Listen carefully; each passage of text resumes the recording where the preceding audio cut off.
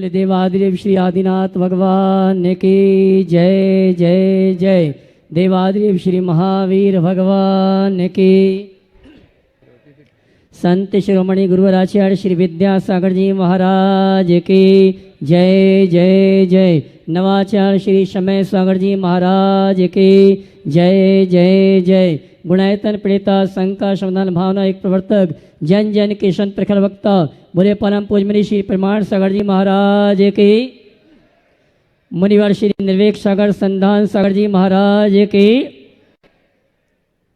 देवी अहिल्या की नगरी मालवा की शान इंदौर के आचार्य श्री विद्यासागर सभागार से सायंकालीन टीवी चैनल का बहुचर्चित विश्वविख्यात शंका समाधान का कार्यक्रम में हम अपनी शंकाओं का समाधान गुरुमुख से प्राप्त करें। उसके पूर्व Paras channel, Janvani channel, Adinath channel और प्रमाणिक के माध्यम से जिस कार्यक्रम को देख सुन रहे हैं उन सभी का और यहाँ पर उपस्थित समस्त श्रावक श्राविकाओं का धर्म प्रभावना समिति के साथ साथ सकल जैन समाज इंदौर हार्दिक अभिनंदन स्वागत करता है।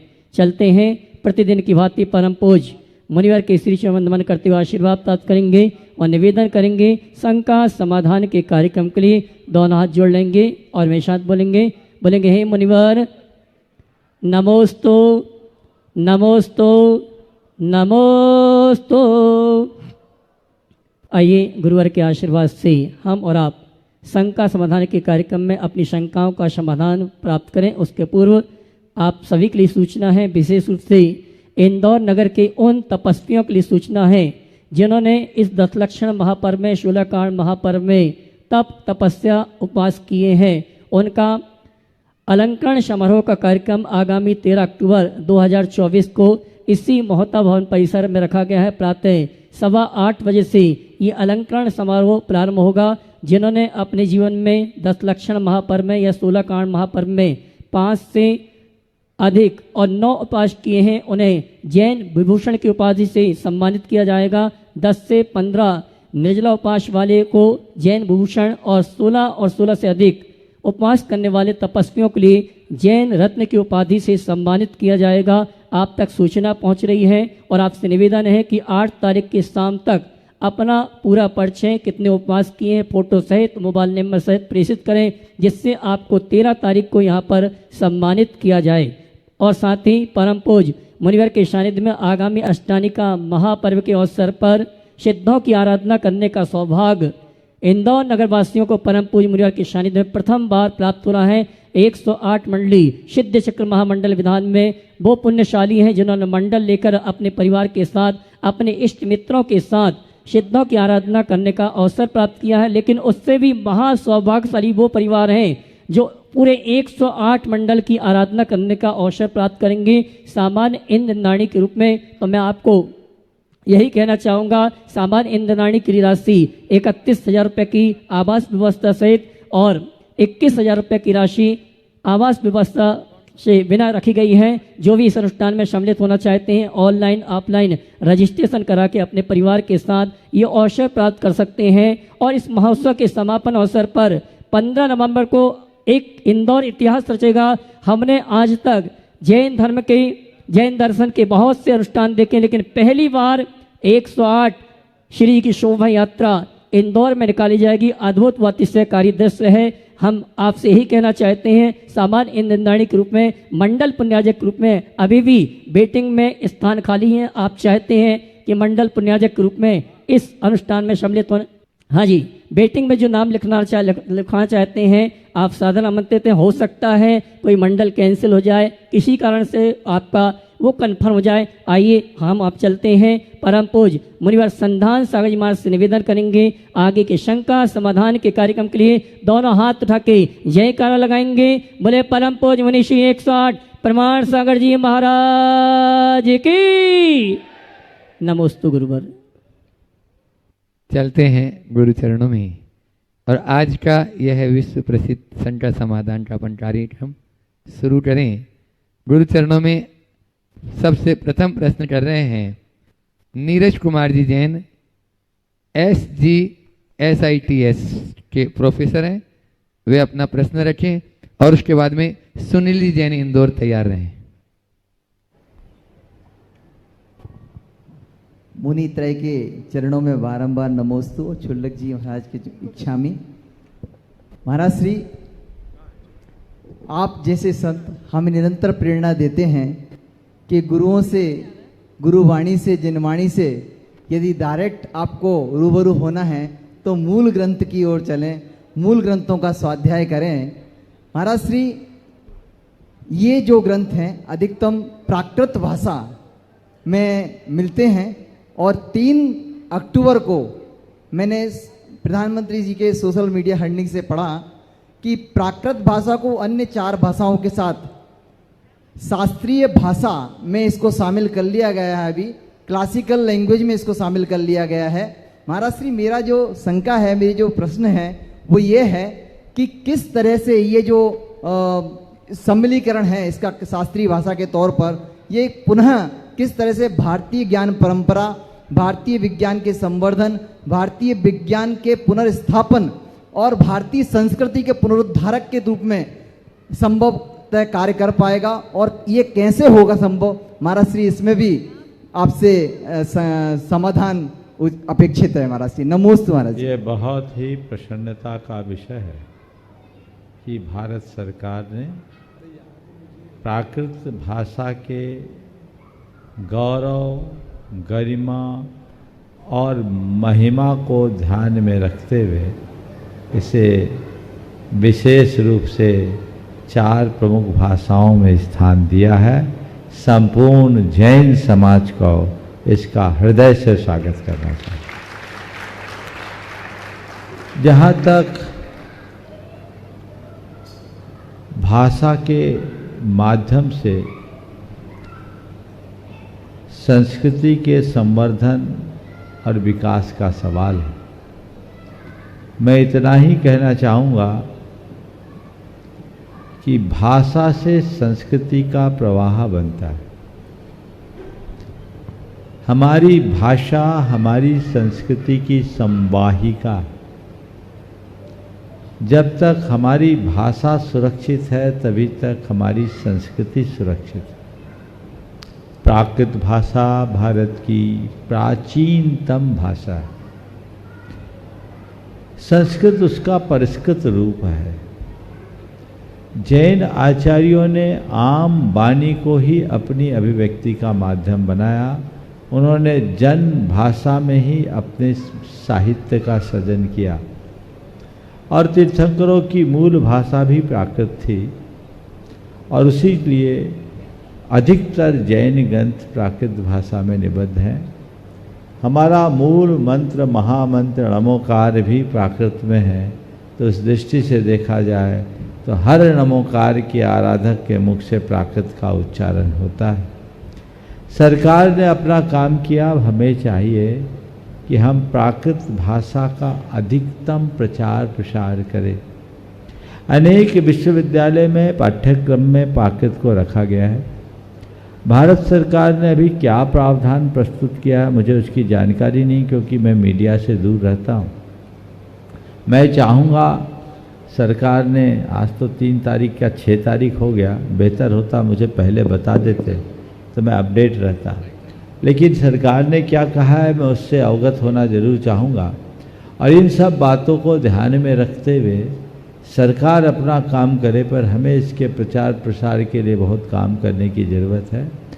और मैं खासकर महिलाओं से कहूँगा, 1-2 जगह के विश्वविद्यालयों में जहाँ प्राकृत विभाग की व्यवस्था है पर छात्रों की उपस्थिति न होने के कारण कई जगह वहाँ का जो प्रशासन है उसे बंद करने पर विचार कर रहा है। तो ऐसा ना हो कि वो बंद हो जाए। आपके इंदौर विश्वविद्यालय में, अहिल्यादेवी विश्वविद्यालय में भी सरकार ने 25 करोड़ रुपए की लागत से एक उपक्रम यहाँ शुरू किया। जैन दर्शन, प्राकृत विद्या, इसके ज्ञान विज्ञान के लिए, इसके प्रचार प्रसार के लिए हमें खुद आगे आना होगा। और मैं महिलाओं से कहना चाहूँगा कि जिन्हें अतिरिक्त कोई कार्य नहीं है, जिनके ऊपर अतिरिक्त कोई दायित्व नहीं है, क्यों ना वे इनके माध्यम से MA का कोर्स करें। उनके पास पर्याप्त समय, इससे दोहरा लाभ होगा। एक तो इस तरह के जितने भी विश्वविद्यालय आदि हैं, वहाँ ये पाठ्यक्रम चलता रहेगा। आप स्वाध्याय कर पाओगे, भाषा का प्रचार प्रसार करने में सहायक बनेंगे और इससे आपकी संस्कृति की सेवा भी होगी। तो मैं आज के इस मंच के माध्यम से सभी को ये आह्वान करना चाहूँगा कि आप लोग इतना सब कुछ पढ़ते लिखते सीखते हो, ढेर सारे कोर्सेज करते हो, प्राकृत पर भी एमए जरूर करें, ये कोर्स करें। प्राय लोग अर्थकरी विद्या की तरफ ध्यान देते हैं कि जहाँ हमें अच्छी जॉब मिले, पैकेज मिले। अरे वो सब के लिए तो तुम्हारे पास है, पर प्राकृत से एमए करोगे तो आप अपनी संस्कृति की सेवा कर पाओगे।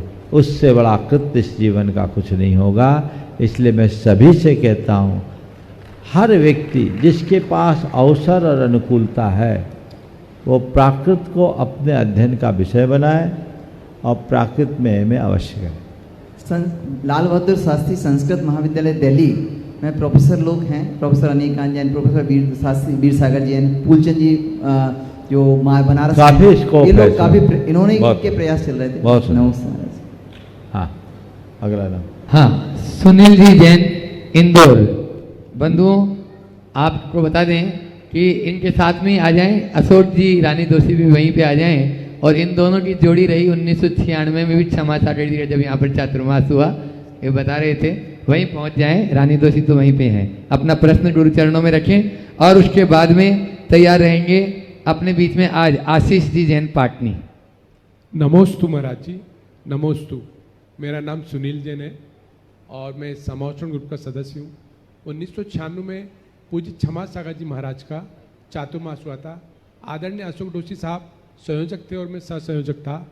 उस दौरान क्षमा सागर जी महाराज के साथ दो अलग द्वय थे, पूज्य सम्यक सागर जी और पूज्य उदार सागर जी। सम्यक सागर जी महाराज के हृदय का जो वाल था वो खराब था। चातुर्मास के संपन्न के बाद उनके आप मूल सवाल कीजिए, बाकी सब बातों से अवगत हूं। उनके ऑपरेशन करवाने में मूल सवाल बने थे। हाँ। क्या उसका दोष हमको भी लगेगा? देखिए, उसी समय मेरा एक्सीडेंट हो गया था। ये एक संयोग था। आपने जो कुछ किया अच्छा ही सोच के किया होगा। अब इस विषय में मैं कोई टिप्पणी नहीं कर सकता, लेकिन एक सलाह सभी से दूंगा, कभी भी किसी भी त्यागी की कोई भी चिकित्सा कराओ, उसके संयम की मर्यादा को सुरक्षित करते हुए कराओ। यदि कदाचित ऐसा कुछ हो जिसमें उसके संयम का निर्वाह संभव न हो, तो कुछ भी करने से पहले उसके आचार्य से आशीर्वाद लो, उनकी अनुशंसा लो। जब तक उनकी अनुशंसा न हो तब तक अपने स्तर पर कोई कार्य ना करो। ये सभी के लिए मेरा संदेश है। इस प्रकरण में मैं कुछ नहीं कहूँगा, नहीं तो आपके मन में एक सल और बैठ जाएगी। तो जो होना था सो हो गया, उसको भुला दीजिए। लेकिन आगे सब के लिए मैं संदेश जरूर देना चाहता हूँ, आचार्य सर्वोपरि होते हैं। वे कह दे आपको कोई दिक्कत नहीं, और वो ना कहे तो आप आगे आकर न सलाह दें न कोई प्रयास करें। उसके बाद ही मेरा एक्सीडेंट हो गया था। यह एक संयोग है। आशीष जी जैन पाटनी, जो उज्जवल जी पाटनी के भ्राता हैं, प्रसिद्ध मोटिवेशनल। हाँ, मैं चाहूंगा उनका सम्मान भी धर्म प्रभावना समिति कमेटी के मुख्य यजमान मुकेश जी पाटोदी और दिलीप जी वहां पर पहुंच जाएं। दिलीप जी गोदा, हर्ष जी भी हैं महामंत्री, वे वहीं पर उनका सम्मान कर दें। महिलाओं के सम्मान के लिए चंदन माला जी पाटोदी आ जाए। हाँ, और उसके बाद में तैयार रहेंगे ऋषभ जी जैन मंडला। नमोस्तु गुरुदेव। मैं छत्तीसगढ़ जैन समाज की ओर से आपके चरणों में नमोस्तु अर्पण करना चाहता हूं।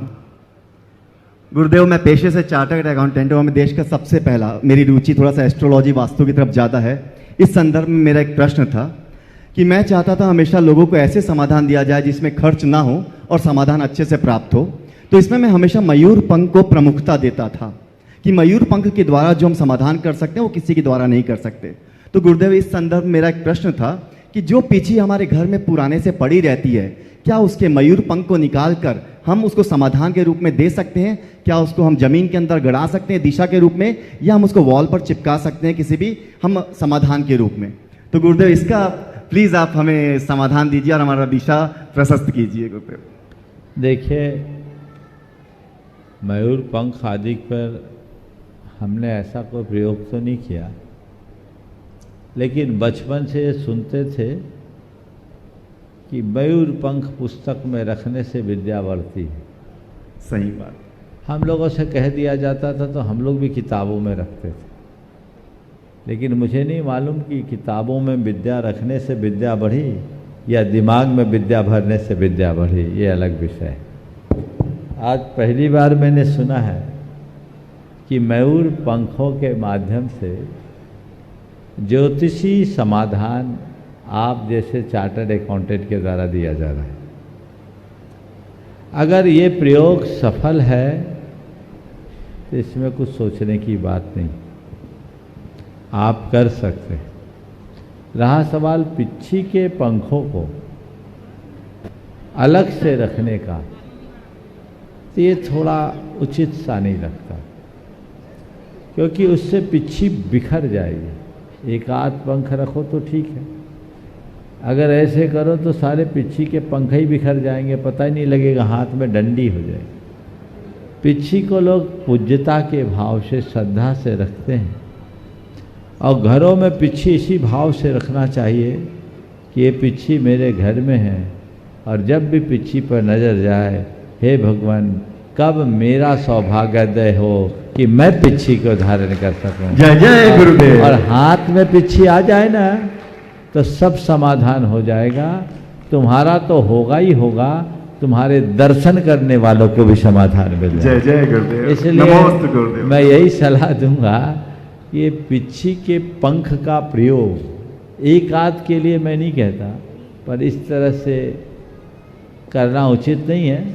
मयूर पंख बहुत मिलते हैं, उन्हें संग्रहित करके रखो और उसे अपने तरीके से ऊर्जावान बनाए और उसकी ऊर्जा का उपयोग किया जा सकता। नमोस्तु बहुत गुरुदेव। बहुत नमोस्तु।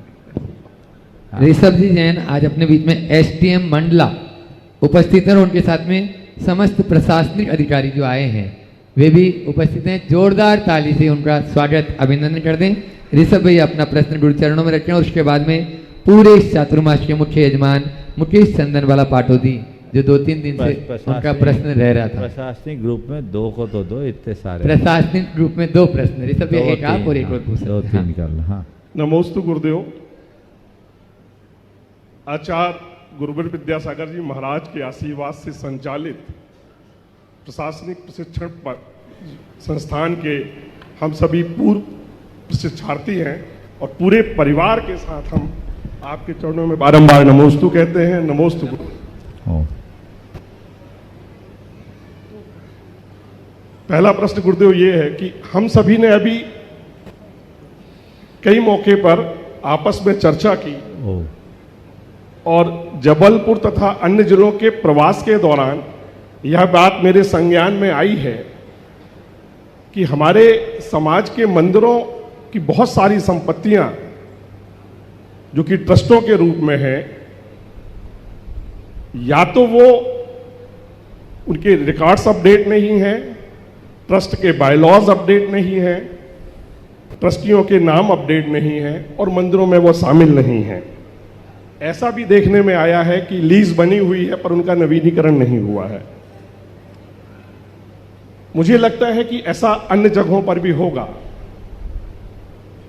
क्या गुरुदेव, हम लोग ये चर्चा कर रहे थे कि क्या ऐसी कोई कमेटी अखिल भारतीय स्तर पर, क्षेत्रीय स्तर पर या प्रांतीय स्तर पर तैयार हो जिसमें राजस्व, न्यायपालिका, पुरातत्व एवं ट्रस्ट के जानकार सभी शामिल हों और सभी मंदिरों की समीक्षा करते हुए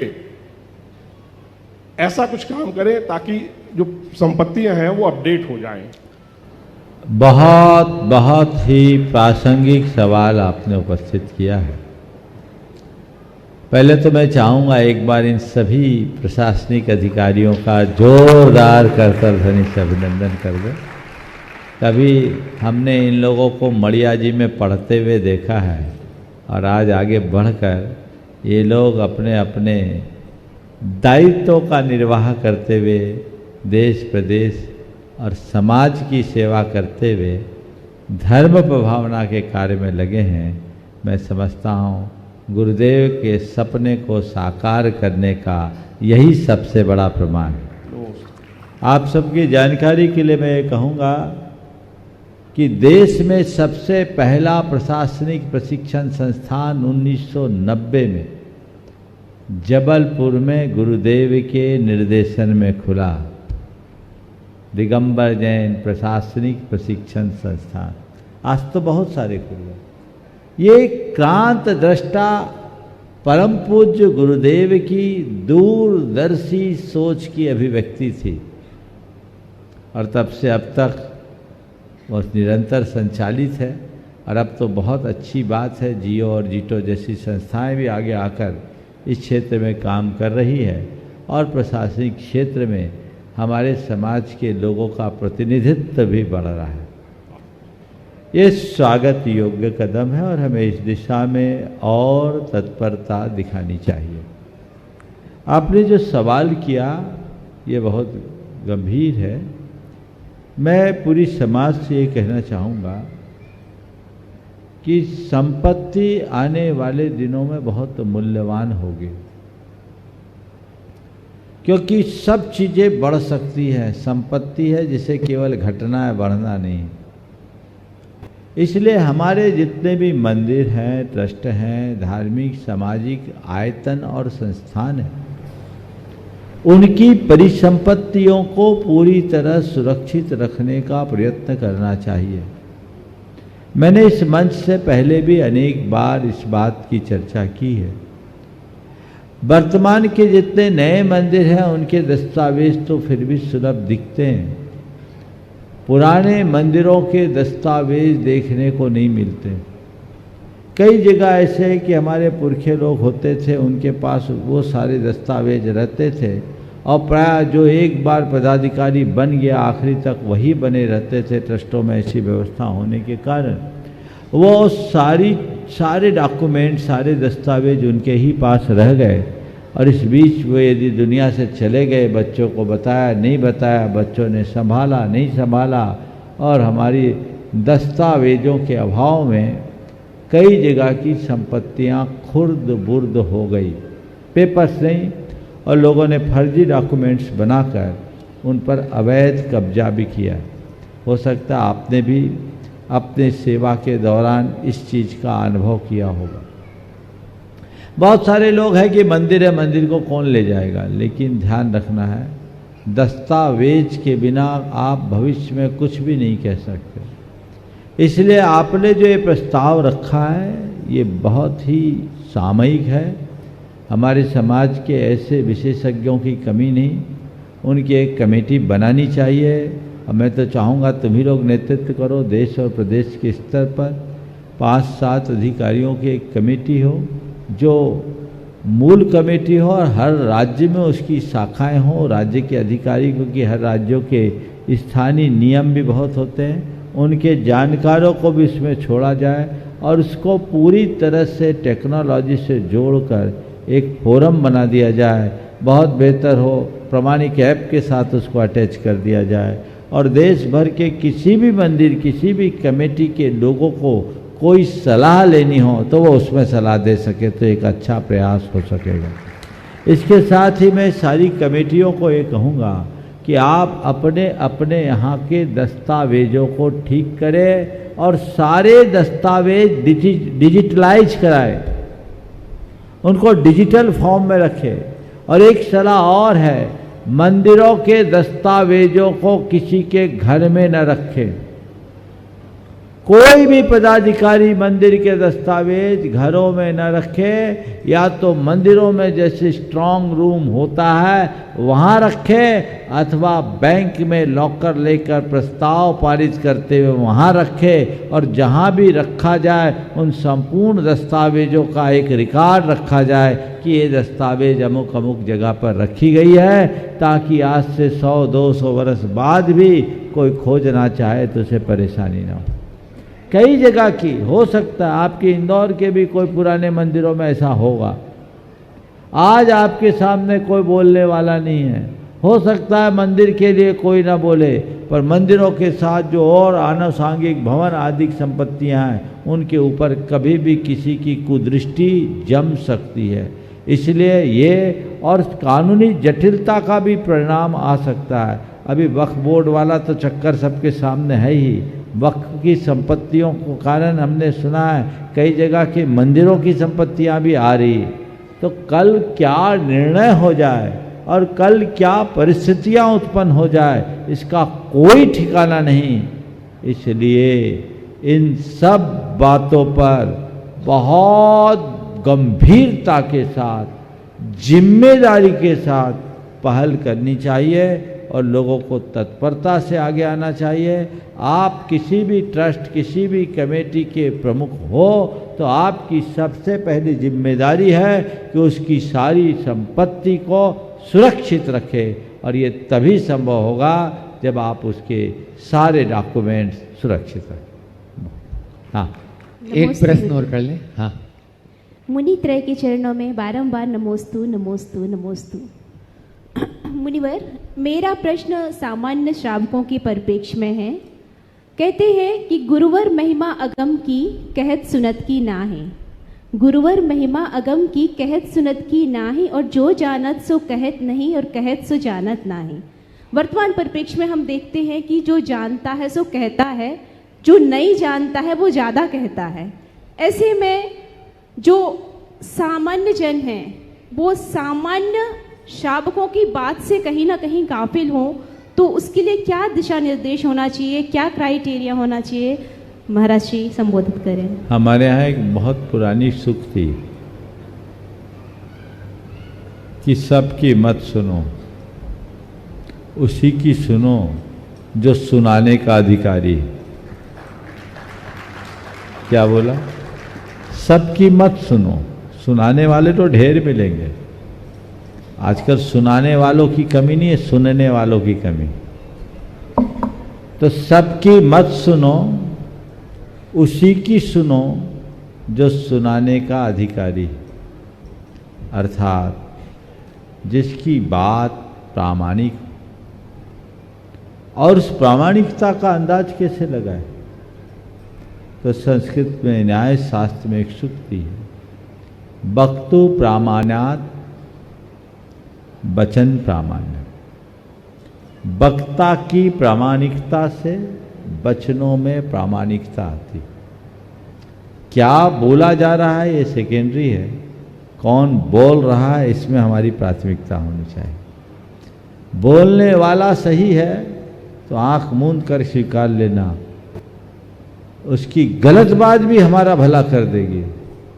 लेकिन बोलने वाला आदमी गलत है तो हो सकता उसकी अच्छी बात भी हमें उलझा दे। इसलिए गाफिल करने वाले लोग बहुत होंगे, पर हमें तो गाफिल होने से बचना है। प्रयास हमारा ये होना चाहिए, तो हम अपनी समझ विकसित करें तो सब कुछ ठीक होगा। आजकल एक बड़ी चूक दिखती है, लोग नकारात्मक बातों पर बहुत जल्दी विश्वास और भरोसा कर लेते। खासकर सोशल मीडिया में जितनी बातें आजकल परोसी जाती है उसमें ज़्यादातर नकारात्मक होती और लोग उन नकारात्मक बातों के प्रति सहज आकृष्ट हो जाते हैं, जल्दी भरोसा होता है। अच्छी बातों से तो फिर भी लोग थोड़ा विचार कर ले, लेकिन बुरी बातों को आंख मूंद करके स्वीकार लेते। ये मनोवृत्ति बदलने की आवश्यकता है। जब ऐसी मनोवृत्ति बदलेगी तभी रास्ता प्रशस्त होगा। नमोस्तु गुरुदेव, नमोस्तु। चातुर्मास के मुख्य यजमान मुकेश चंदन वाला पाटोदी इंदौर, और उसके बाद में तैयार रहेंगे श्रीमती अंजू छाबड़ा रांची। नमोस्तु महाराज श्री। महाराज जी, प्रश्न ये कि हेलो महाराज श्री, प्रश्न ये है कि पुण्य का फल एक बार भोगा जाता है और ऐसा ही पाप का फल भी महाराज जी कोई सजा मिलती है तो एक ही बार मिलती है या उसका कैसे क्या होता है महाराज जी? पुण्य का फल एक बार भोगा जाता है, पाप की सजा एक ही बार मिलती है या अनेक बार, मुझे नहीं मालूम, पर हमने देखा है।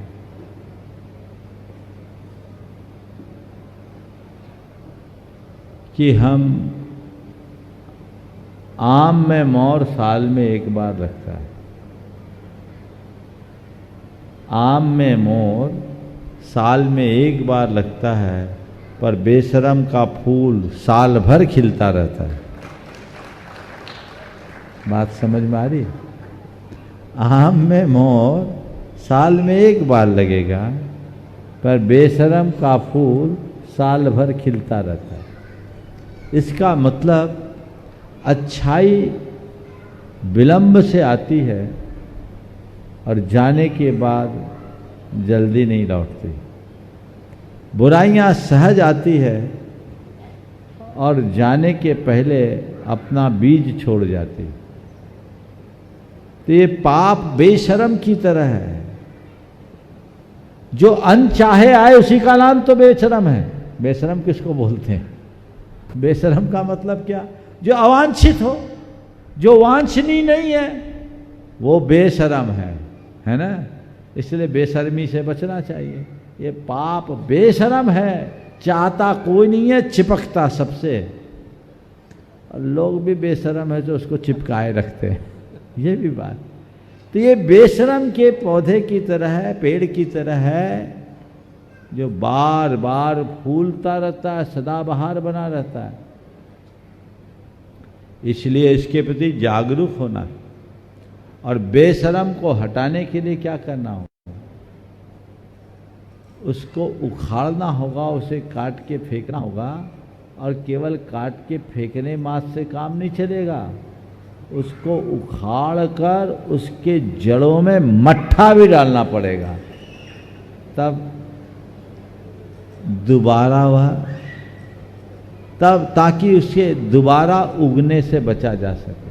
समझ गए? तो मट्ठा डालना होगा, दोबारा वह तभी बचा पाएगा। ऐसी दृष्टि, ऐसी भावना अपने अंतरंग में विकसित करेंगे, सुनिश्चित वह जीवन को बेहतर बना। श्रीमती अंजू छाबड़ा टीएमपी मसाला रांची, और उसके बाद में डॉक्टर सुरभि पांड्या और डॉक्टर अनिल जी सिंघवी तैयार रहे। गुरुदेव के चरणों में बारंबार नमोस्तु नमोस्तु नमोस्तु। छुल्लक महाराज जी के चरणों में इक्षामी। गुरुदेव, जब हम छोटे थे तो लगता था कि बड़े लोग सुखी हैं, और जब हम बड़े हुए, बचपन में महाराज से ऐसा लगता था कि बड़े लोग सुखी हैं, और जब हम बड़े हुए तो ऐसा लगता है कि बचपन अच्छा था। तो गुरुदेव, हम जिस स्थिति में हैं उसमें कैसे सुखी रहें? बस यही हमारे दुख का कारण है। जब तक हम अपने से हटकर दूसरों को देखेंगे, दुखी बने रहेंगे, और जब हम अपनी स्थिति को देखेंगे तभी सुखी हो पाएंगे। ये जीवन का एक बहुत बड़ा रहस्य है। दाम बिना निर्धन दुखी, तीसरा अवस धनवान, और कहूँ न सुख संसार में सब जग देखो छान, की उक्ति इसी आधार पर। सच्चाई ये है कि न तो बचपन में सुख है, न बड़े होने में सुख उसको है जो अपने में मगन। ठीक, चलिए। नमस्ते महाराज। जो सबको प्रकृति की ओर लेकर जा रही है और दवाइयों से छुटकारा भी दिलाना चाह रहे हैं, आज सब तरफ यही हो रहा है। उसमें बहुत ही अग्रणी भूमिका डॉक्टर सुरभि पांड्या न्यूयॉर्क, जो योगेंद्र जी भी यदि उपस्थित हो वे भी आ जाएं, शिरोमणि संरक्षक गुणायतन, और डॉक्टर अनिल जी सिंघवी बहुत ही अच्छा कार्य कर रहे हैं। जोरदार तालियों से उनका स्वागत, अभिनंदन कर दें। और वे गुरु चरणों में दोनों अपना प्रश्न, और साथ में यूएसए से ही अपने एनआरआई पाठशाला, जो प्रमाणिक पाठशाला और गुणायतन की शिरोमणि संरक्षक भी हैं, सैफाली जैन अजमेरा, वे भी आ जाएं। हाँ, प्रश्न करें सुरभि दीदी, जो बोले और अपनी बात भी रखें। नमोस्तु महाराज जी, नमोस्तु महाराज जी, नमोस्तु महाराज जी। प्राकृतिक रूप से हमने हमारे जीवन के अंदर आज कुछ ऐसे इस तरह के परिवर्तन किए हैं कि हमारा जो एक ह्यूमन बॉडी है या कहें जो मनुष्य जीवन है उसके अंदर इंटरफेरेंस चालू हो गया है, और वो इंटरफेरेंस किसी न किसी रूप से कोई ना कोई डिसऑर्डर के रूप में हमारे बॉडी में आकर के हमारे से झगड़ा कर रहा है। 12 साल के प्रयास से जब हमने शोध करा तो हमें ये समझ में आया कि बीमारियों को हटाने के लिए अलग अलग चीज़ों से उसको संबोधित करना ज़रूरी नहीं होता। हमें ये समझ में आया कि अगर केवल एक मनुष्य जीवन के साथ में ऐसा कैसा प्राकृतिक भोजन, ऐसे कैसे प्राकृतिक सोच से जिया जाना चाहिए कि अपने आप ही यह शरीर उन बनी हुई पुरानी डिजीज़ को, डिसऑर्डर्स को उठा कर के फेंके और इसके साथ साथ उसे जैसे जीना है उतनी शक्ति से सामान्य रूप से, प्राकृतिक रूप से वह जी सके। इस प्रयास में गुरुओं ने हमारा साथ दिया और हम बस यही कहेंगे कि जिन जिन लोगों को इस प्रोग्राम से जुड़ना है, अपने आप को स्वस्थ करना है, अपने आप की एनर्जी लेवल्स बढ़ानी है, एक बार ज़रूर इसका प्रयास करें। ये प्रयोग है, इस प्रयोग को अपने जीवन में धारण करके देखें। इसमें लूज़ करने के लिए कुछ भी नहीं है, शायद हम गेन ही कर जाएंगे। कोई, वापस मैं कहती हूँ, कोई स्पेसिफिक डिजीज़ को रिवर्स करने का यहाँ कोई पद्धति नहीं है, लेकिन अगर वो रिवर्सल में चले जाती हैं स्वाभाविक रूप से तो ये आपके खुद के शरीर की स्थायी शक्ति है जिससे वो अपने आप उन डिजीज़ डिसऑर्डर्स को बाहर फेंक रही है। ये हम इसमें कुछ नहीं कर रहे, हम केवल आपको प्राकृतिक रूप से जीना सिखा रहे हैं। प्लीज़ जिसको भी यह कार्य करना है जैन समाज में, वो आगे बढ़ कर के हमारे से कांटेक्ट कर सकते हैं डायरेक्टली। हमारा फ़ोन नंबर, कांटेक्ट नंबर है, ये यूएस का नंबर है, न्यूयॉर्क का, तो इसे आप प्लीज़ सेव कर लें। +91 917 916 3442 वेबसाइट है हमारी। सॉरी, +91 नहीं है, +1 है डायरेक्टली। मैं रिपीट करती हूँ, +1 917 916 3442 वेबसाइट जिसमें आपको पूरे प्रोग्राम की इन्फॉर्मेशन मिल सकती है। उसका नाम है www.awakennow AWAKENNOW.guru/lifestyle LIFESTYLE-INTEL INTEL। आप लोग अपने आप स्वयं जाकर के देख सकते हैं कि किस तरह से ये कार्य किया जा रहा है, इसका प्रोसेस क्या है। कल से वीडियो चैनल पे इसके नंबर्स आपको अपने आप मिल जाएंगे वहाँ पर, तो आपको वहाँ पर डिटेल मिल जाएगी। मैं बस शॉर्ट में आपको बताना चाहूँगी, कई जने हमसे प्रश्न कर रहे हैं कैसे होता है, क्या है, तो बस आप ये समझिए 3.5 महीने का ये प्रोग्राम होता है, जो होता है प्रिसाइसली 14 हफ्ते में। 14 हफ्ते में हम केवल एक बार आपसे बात करते हैं। आपके कन्वीनियंट टाइम होता है, या सैटरडे होता है, या संडे होता है, या फ्राइडे होता है। हफ्ते में हम सिर्फ एक बार आपसे बात करेंगे। उस समय हम आपको छोटे छोटे परिवर्तन लाने के लिए कहेंगे। धीरे धीरे से ग्रेजुअली ये प्रोसेस बढ़ेगा। एक हफ्ते में एक इंस्ट्रक्शन जाएगा, फिर दूसरे हफ्ते में उस इंस्ट्रक्शन से आपने किस तरह से अपने ऊपर उसको अप्लाई करा, उस इंस्ट्रक्शन को अपनी लाइफस्टाइल में कैसे धारण करा, हम उसके बारे में आपसे जानते हैं, पूछते हैं। अगर आपको कोई डिफ़िकल्टी आई तो हम उसे एड्रेस करते हैं, आपको हेल्प करते हैं, सपोर्ट करते हैं कि छोटे छोटे से चेंजेस आप अपने जीवन में ला सकें। ये सिर्फ लाइफस्टाइल प्रोग्राम है जिसमें हम सिर्फ जीना स्वाभाविक प्राकृतिक रूप से सीखते हैं। इस तरह से हर हफ्ते 14 हफ्ते तक आपको एक एक इंस्ट्रक्शन मिलता है और 14 हफ्ते में ये कार्य पूर्ण होता है। इसमें आप अपने आप इंडिपेंडेंटली जान लेते हैं कि एज अ मनुष्य जीवन, as a human phase of my body, किस तरह से मुझे जीना चाहिए, किस तरह से मुझे सोच रखना चाहिए। तो आप लोग ज़रूर ज्वाइन करें। यही हमारा बस एक उद्देश्य है, निर्मल उद्देश्य है कि हम सब मिलकर बहुत धर्म प्रभावना कर सकें, अपने जीवन में अपने व्रतों को बहुत अच्छी तरह से धारण कर सकें, और सबसे बड़ी बात कि हम अपने जीवन के अंत में समाधि मरण कर सकें। धन्यवाद। हाँ, सैफ अली जी अजमेरा यूएसए, वे भी अपना प्रश्न करेंगे। डॉक्टर अनिल जी सिंघवी, कुछ बोला? पहले अनिल बोल। पहले डॉक्टर अनिल जी सिंघवी इसी सब्जेक्ट को। हाँ, नमस्ते गुरुदेव। और अभी जो सैफ अली जी ने आपको जो फ़ोन नंबर और जो वेबसाइट बोला है वो कल से पट्टी पर नज़र आ जाएगा ताकि आपको मिल सके। नमस्ते सबको। सुरभि जी ने बहुत अच्छे से आपको बताया कि हम लोग किस प्रकार का काम कर रहे हैं। हमारे पास जो प्रश्न अभी आ रहे हैं उस तरह के आ रहे हैं कि क्या हमें ब्लड प्रेशर में फ़र्क आएगा, क्या हमें स्किन की डिजीज़ में फ़र्क आएगा, क्या हमें नर्वस सिस्टम की कोई डिजीज़ है इसमें फ़र्क आएगा। तो मैंने एक ही चीज़ कहता हूँ कि हम सारे डिजीज़ों के रूट कॉज पे काम करते हैं, हम उनके जड़ पे काम करते हैं। अब जब हम जड़ पे काम करते हैं तो एक नहीं, एक जगह काम करने से हमें 10 डिजीज़ उस पर फ़र्क आता है। और ऑब्वियसली आपकी कोई स्पेसिफिक डिजीज़ है तो जिसमें हमें कुछ अलग से काम करना है तो वो ज़रूर हम लोग गाइड करेंगे। तो इसलिए ये ना सोचें कि चूँकि मुझे ब्लड प्रेशर नहीं है, डायबिटीज़ नहीं है, तो हम स्वस्थ हैं। एक मिनट, तो हम स्वस्थ हैं। हमको ऐसा लगता है कि बीमारी दूर रहना स्वस्थ नहीं माना जाता। स्वस्थ होता है अंदर से जब आपकी एनर्जी लेवल उतना हो जितना आपका होना चाहिए, जब आपके चेहरे पे वो आभा हो जो होनी चाहिए, जो आपकी स्किन, आपके पूरी की पूरी कंडीशन ऐसी दिखे कि हाँ ये मनुष्य है, और ये मनुष्य है जिसकी कि आत्मा अंदर से चमक रही है। वो स्टेट लाना है हमको। हमें बीमारियां तो सब साइड बिजनेस है, मोटापा सब साइड बिजनेस है। हम चाहते हैं कि आपकी ओरिजिनल कंडीशन आ जाए, और 3.5 महीने का काम करना बहुत छोटा सा काम है। हो जाए तो बहुत चमत्कार है, नहीं हो तो आप तो वहीं हैं जहां आप शुरू हुए, है ना। तो ज़रूर सोचिए और ज़रूर कांटेक्ट करिए अगर आपकी इच्छा हो कि अंदर से बदलाव आए। इतना ही कहना है। धन्यवाद।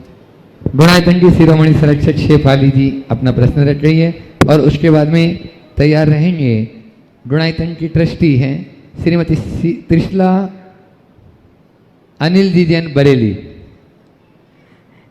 समस्त मुनिगणों के शरणों में शत शत बार नमन। हमारी पूरी NRI कम्युनिटी की तरफ से आपको शत शत बार वंदन नमन। सब छुल्लक महाराज जी के शरणों में वंदामी इच्छामी। महाराज जी, हर एक बच्चे ने, हर वॉलंटियर ने, हर हमारे टीचर्स ने आपको बारंबार नमोस्तु किया। लगातार मैसेज आ रहे हैं कि हमारी तरफ से महाराज जी को नमोस्तु ज़रूर से निवेदित करें। और हमारा जो गृह चैत्यालय है उसमें भी जो सारे जितने भी लोग हैं उनकी तरफ से भी आपको बारंबार नमोस्तु महाराज जी। तो महाराज जी, एक तो मैं पहले ये बताना चाहूँगी कि हमारी NRI कम्युनिटी ने भी इस कोर्स को बहुत अच्छे से फॉलो किया है। सुरभि जी वाले को मैंने खुद ने भी किया है और मुझे बहुत ज़्यादा फ़र्क पड़ा है हर चीज़ में। मेरी एनर्जी लेवल 10 गुना बढ़ गई। वज़न तो कम हुआ ही, पर लेकिन एनर्जी में जो फ़र्क आया है उससे मतलब धर्म करना बहुत ज़्यादा मज़ा आने लग गया है। व्रतों में बहुत मज़ा आने लगा है। अभी 16 कारण व्रतों में भी हमने इसी प्रोग्राम को फॉलो कर करा था। एक उपवास एक एकासन मैंने वैसे करा था, और मेरे जो हस्बैंड हैं उन्होंने तो पूरे 24 करे थे। तो उन्होंने एक उपवास एक एकासन, 3 उपवास एक एकासन, 5 उपवास एक एकासन, फिर 5-5, फिर 2-3। तो बहुत आसानी से हम लोग कर सके और हमारी एनर्जी लेवल बहुत अच्छे से मेंटेन रही। तो ये मुझे लगता है कि मतलब हार्दिक मतलब यही इच्छा है कि सब लोगों को इससे जितना ज़्यादा लाभ मिल सके तो हम बहुत खुश होंगे कि मतलब कुछ अच्छा कर सके, कुछ दे सके कम्युनिटी को। और NRI कम्युनिटी में भी हमारी पाठशाला के वॉलंटियर्स ने भी काफ़ी मतलब ये प्रोग्राम करा और उन लोगों को भी काफ़ी अच्छा लगा। बच्चों को भी हम समय समय पर कुकिंग्स में मतलब जैसे कुकिंग की क्लासेस वगैरह हम चलाते हैं समर कैंप्स में, तो कैसे हेल्दी खाना बनाएं, कैसे करें।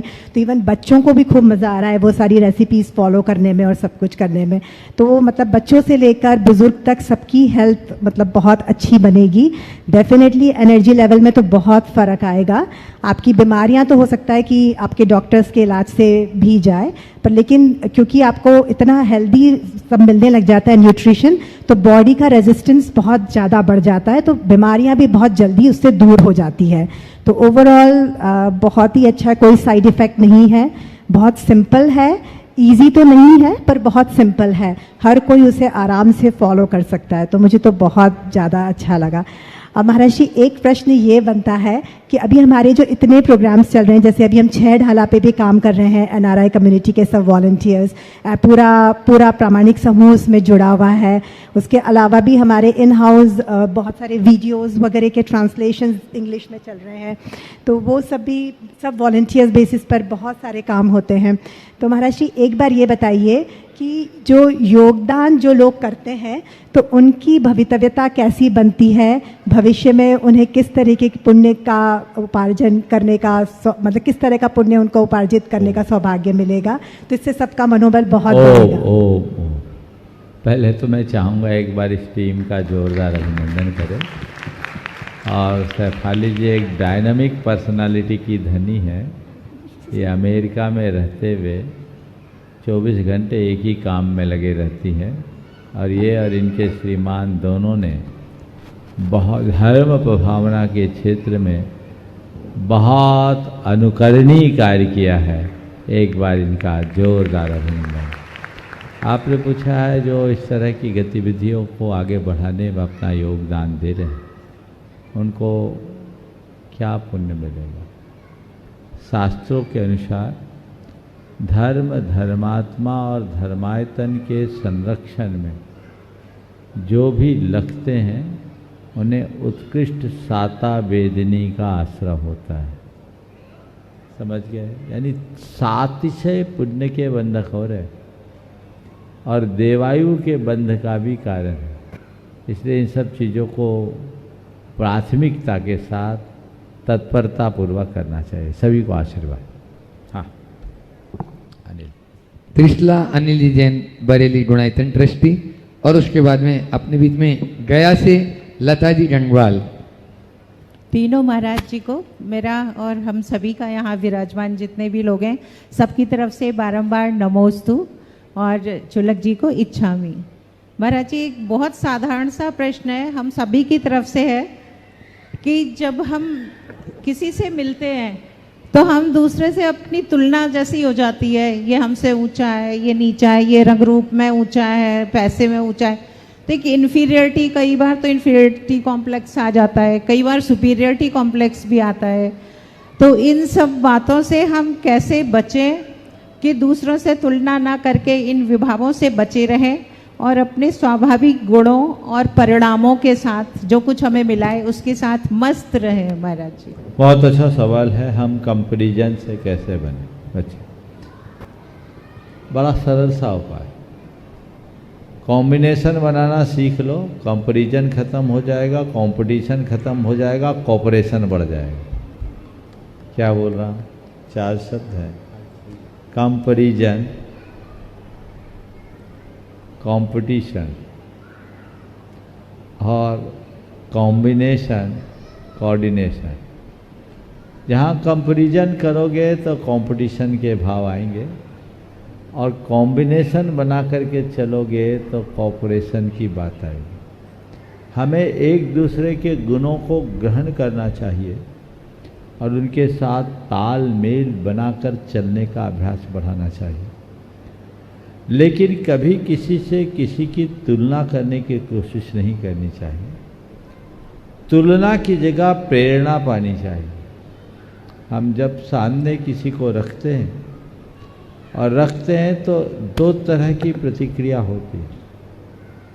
एक, तुलना से हम अपने आप को विशेष या कमतर आंकते हैं, जो हमारे मन में सुपेरिटी या इन्फीरियरिटी को जन्म देती है, जो एक बड़ी दुर्बलता है जिसे हमें दूर करना चाहिए।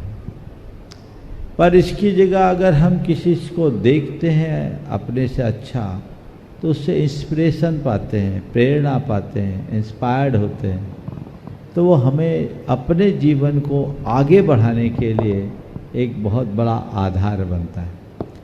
तो तुलना करके तुलना करने की जगह प्रेरणा पाएं। तुलना से ईर्ष्या उत्पन्न होगी, अहंकार उत्पन्न होगा, और प्रेरणा पाने से जीवन की प्रगति होगी, उन्नति होगी और सामने वाले के प्रति विनम्रता भी जाएगी। इसलिए प्रेरणा पाएं और फिर हम देखें कि उस जैसा बनने के लिए हम उनका कैसा साथ ले सकते हैं, और उनसे हमें साथ लेने के लिए कॉम्बिनेशन बनाना होगा, सामंजस्य बनाना होगा, तालमेल बिठाना होगा, और फिर एक दूसरे को कोऑर्डिनेट भी करना होगा, कोऑर्डिनेशन करना होगा।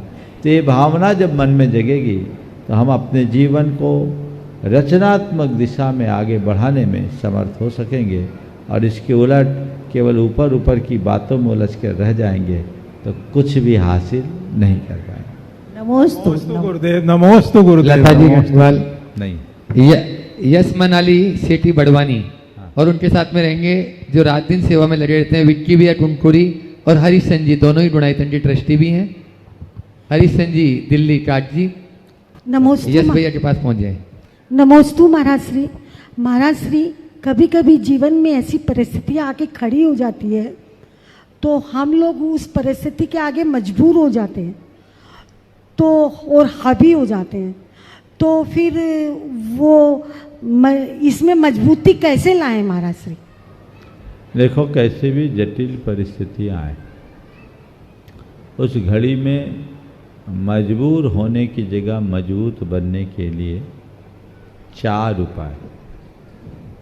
पहली बात, अपना आत्मविश्वास पक्का रखो। दूसरी बात, सोच को सकारात्मक बनाओ। तीसरी बात, कर्म सिद्धांत पर विश्वास रखो। और चौथी बात, आशावादी बने रहो, चीज़ें बदलेगी। हमेशा ये सोचना चाहिए कि कैसी भी परिस्थिति है, ऊपर की है अंदर की नहीं, आज है कल बदल जाएगी और मैं इसे बदल दूंगा, सब ठीक हो जाएगा। सोच को सकारात्मक रखेंगे तो हमें उल्टा भी सीधा दिखने लगे। कर्म सिद्धांत पर विश्वास रख करके चलेंगे तो हमें ये कर्म संयोग की भांति दिखेगा और वो हमें किसी भी अर्थ में विचलित होने से बचाएगा। और आशावादी बनेंगे तो मन का उत्साह बना रहेगा, हताशा हम पर हावी नहीं होगी। हमें लगेगा कि रात है, सुबह जरूर होगी, सुबह जरूर होगी, सुबह जरूर होगी। नमोस्तु महाराज श्री। यस जी सेठी बड़वानी, विक्की भैया और हरीश सेन जी दोनों डुणाईतन जी ट्रस्टी साथ में रहेंगे। मनु भी, हाँ मनु भैया भी साथ में, पूरी टीम ही साथ में रहेगी। नमोस्तु महाराज श्री। नमोस्तु महाराज श्री। नमोस्तु महाराज श्री। महाराज श्री, भोजन और भजन दोनों में इतना ही अंतर होता है। भोजन तन की जरूरत, भजन मन की जरूरत। गुरुदेव, भोजन की भूख ना लगे तो तन रोगी, भजन की भूख ना लगे तो मन रोगी। गुरुदेव, भजन की भूख कैसी हो कि भोजन याद ना आए, और भोजन की भूख कैसी हो कि मन भजन में रमा जाए? भजन की भूख कैसी हो कि भोजन याद ना आए, और भोजन की भूख कैसी हो कि मन भजन में रमा जाए। मन भजन में रम जाए। मैं तो इतना ही कहूँगा कि भजन अंदर उतर जाए, और जिसका भजन कर रहे हैं उसको अंतर में उतार लो, भोजन की याद ही नहीं आएगी। क्या बोला? भजन को अंतर में उतारो और जिसका भजन कर रहे हैं उसको अंतर में उतारो, भोजन की याद नहीं आएगी। अगर हम अपने परमात्मा की निकटता का एहसास करेंगे तो कभी भी हमें बाहर की बातों का पता नहीं चलेगा। तो आप इस तरह से भजन करो कि भोजन की याद ही ना आए, और भोजन कैसा करो जो मन भजन में रमा रहे। तो बस वैसा ही भोजन करो जिसको बोलते सात्विक भोजन, क्योंकि हम लोगों के सामने ये पुरानी कहावत है, जैसा खावे अन्न वैसा होवे मन, और जैसी पीवे पानी वैसी होवे वाणी। तो भोजन और पानी से हमारे मन और वाणी का संबंध है। इसे समझते हुए जीवन को उसी दिशा में आगे बढ़ाएं। समय हो गया, यहीं पर विराम। नमोस्तु। बोलिए परम पूज आचार्य गुरुवर श्री विद्यासागर जी महाराज की। बोले परम पूज्य ऋषि प्रमाण सागर जी महाराज की नमोस्तु गुरुवर, नमोस्तु।